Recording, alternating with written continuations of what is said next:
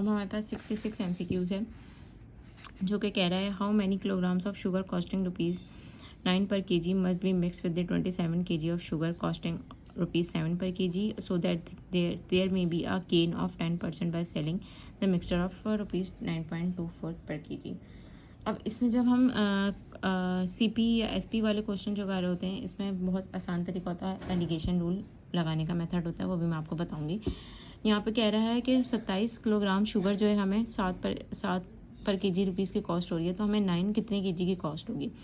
जबकि हम जब उस पर जो है 9.24 जो हम उसको जो बेचेंगे किस पे 9 रुपीज़ पे नहीं बेचेंगे उसको, यानी 9 रुपये का नहीं बेचेंगे उसको, 9.24 रुपीज़ का बेचेंगे, जिसमें हमें कितना पड़ा है, यानी 10% प्रॉफिट पड़ा। यानी एक्चुअल जो प्राइस थी उसकी थी वो 8.24 थी, पर हम किस पे, क्योंकि हम 10% प्रॉफिट रख के बेच रहे हैं तो हमें वो कितने की हम अब कितने की बेचेंगे उसको, 9.24 की बेचेंगे। तो इसमें हमने क्या करेंगे, इसमें हम पहले CP निकालेंगे। तो CP divide by SP 1 plus profit divide by 100, ठीक है। तो हमने क्या किया, CP हमारे पास क्या दिया हुआ है 9.24, सेलिंग प्राइस हमारी क्या है 9.24, और हमें प्रॉफिट कितने का मिला था, 10% का मिला था। तो हमने जब इसको कैलकुलेट किया तो ये आ गया हमारे पास 1.10। तो इसमें हमारे पास क्या आ गया 8.4 इसकी एक्चुअल प्राइस आ गई, जो थी जो 10 रुपये जो पड़ा था, हमने CP निकाल लिया ऐसे करके, ठीक है। हमें अब एलिगेशन रूट क्या है कि हाई, लो और मीन। अब यहाँ पे क्या रखेंगे, हाई रखेंगे जिसको हम यहाँ पे A भी कह सकते हैं और यहाँ पे इसको B भी कह सकते हैं, आपकी जो मर्जी है कहते हैं। कितना था हमारे पास, हाई 9 था, सबसे ज़्यादा कितना है हमारे पास यहाँ पे 9.4, तो हमने इसको यहाँ पे ले लिया 9, सही है। और लो कितने हमारे यहाँ पे 7 प्राइजेस, सही है। तो हमने 9 और 4, हमारे पास मीडियम यानी मीडियम कितना आ रहा था 8.4, यानी हमारे CP कितनी आ रही थी 8.4 जो एक्चुअल थी। तो हमने क्या किया, 9 को पहले 8.4 से माइनस किया तो हमारे पास आंसर आ गया 0.6, जो कि हम 6 भी लिख सकते हैं। और जब हमने 8.4 को 7 से माइनस किया तो हमारे पास आ गया 1.4, जिसको हम 14 भी लिख सकते हैं। जब मैंने 14 डिवाइडेड बाय 6 किया तो मेरे पास रेशो आ गया 7:3 का, सही है। जब अब मेरे पास 7:3 का एक रेशो आ गया। अब यहाँ पे क्या करना है, मुझे 7:3 को मैंने किससे कर दिया, 27 से मल्टीप्लाई कर दिया। 27 से क्यों मल्टीप्लाई करूँगी, क्योंकि हमारे पास जो मिक्स थी शुगर वो कितनी थी 27 kg थी, तो हमने अब उसमें से निकालनी है। तो अब क्या करेंगे, जब हम 27 से इसको मल्टीप्लाई करेंगे तो हमारे पास आंसर आ जाएगा 63 kg। यहाँ पे इसका आंसर है D, 63 kg। सबसे आसान तरीका है, जब भी आप CP वाले क्वेश्चन करें तो एलिगेशन रूल लगाएं और इसको सॉल्व करें आसानी से। ये क्वेश्चन जो आपके 2 सेकेंड ही लगेंगे सॉल्व होने में। 67 है, a man can reach a certain place in 30 hours in if he reduce his speed bye 1/15 he goes 10 kilometre less in that time, find his speed. हमें इसकी क्या मालूम करनी है, स्पीड मालूम करनी है। स्पीड का यहाँ पे फॉर्मूला डिस्टेंस। अब यहाँ पे मैं शॉर्टकट ले रही हूँ, डिस्टेंस अपॉन टाइम होता है, यहाँ पे मैंने ले लिया distance multiply by n multiply by t।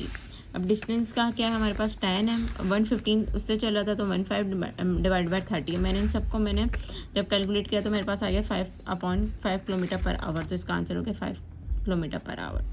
68 है, in what ratio must a grocer mix 2 varieties of T worth of 60 kg and 65 kg so that by selling in the mixture ₹68.20 a kg he may gain 10%।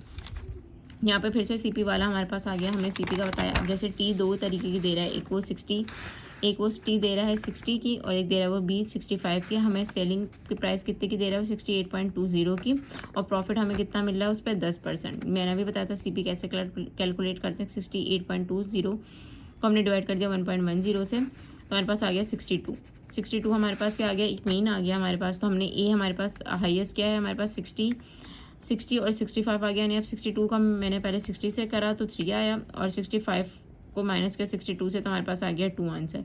तो हमें already ratio बताना था 3/2, हमारे पास यहाँ पे इसका ratio निकल कर आ गया, तो ये हमारा आंसर इसका A हो गया। अब इसके अंदर आता है डायरेक्शंस आती हैं कि हमें क्या बताना है इसमें कि best express of the meaning of the given word बतानी है। तो ये DV 69 MCQs है, ये 69 MCQs है। DV इसके जो है बेस्ट मीनिंग क्या है, इसकी जो है बेस्ट मीनिंग है पियोनर, इसका आंसर है D पियोनर। ऑब्जेक्ट की क्या बेस्ट मीनिंग है, disapprove. Barter means D exchange. Unconscionable इसका है मतलब एक्सेसिव। टर्मिनेट यानी एंड। डैंक मतलब प्लंडर। बाउंटी मतलब गिफ्ट, रेंज मतलब एक्सपेंस। अब डायरेक्शन यानी मोस्ट अपोजिट बतानी है हमें मीनिंग इसकी। तो जुडिशली द 77 है the country resources should be judicially use यानी रीजनेबली यूज, यानी रीजनेबली यानी इसकी मोस्ट अपोजिट मैंने बताई है इसकी रीजनेबली।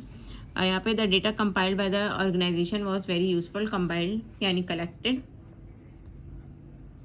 सॉरी यहाँ पे भी हम जो है वो बेस्ट मीनिंग ही बता रहे हैं, यहाँ पे अपोजिट नहीं बता रहे, हम यहाँ पे बेस्ट मीनिंग बता रहे हैं। तो जुडिशली की जो बेस्ट मीनिंग है वो है रीजनेबल और कंपाइल्ड की है कलेक्टेड।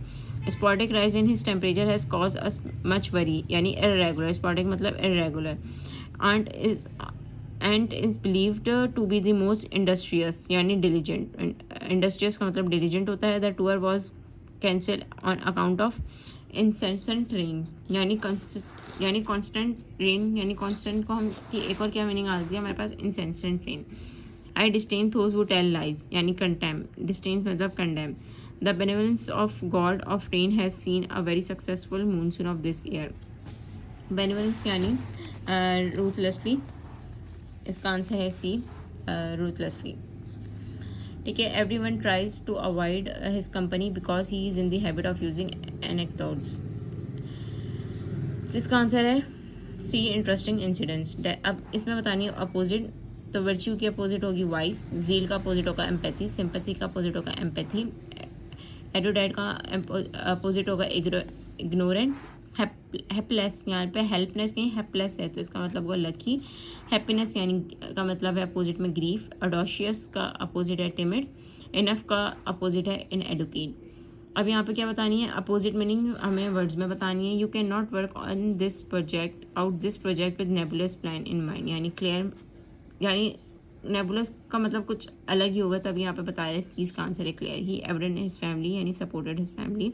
इसके अपोजिट एविडेंट के अपोजिट आगे supported. She is indeed human, human की अपोजिट मीनिंग आगे divine. It was universally characterise has a progressive measure, तो प्रोग्रेसिव की यहाँ पर अपोजिट आ गई रिग्रेसिव। और she is loved by all her meekness, meekness के अपोजिट आ गई pride. It was a voluntary gesture यानी कंपल्सरी, वॉलंटरी के अपोजिट आ गई compulsory. I thought about her a lot during the following month, इसकी अपोजिट आ गई preceding. This is the cardinal point of the issue, cardinal के अपोजिट आ गई इनसिग्निफिकेंट। अब मैंने जो है अब मैं नेक्स्ट वीडियो में जो है 2011 के इंस्पेक्टर के जो है पास पेपर अपलोड करूँगी इंशाल्लाह।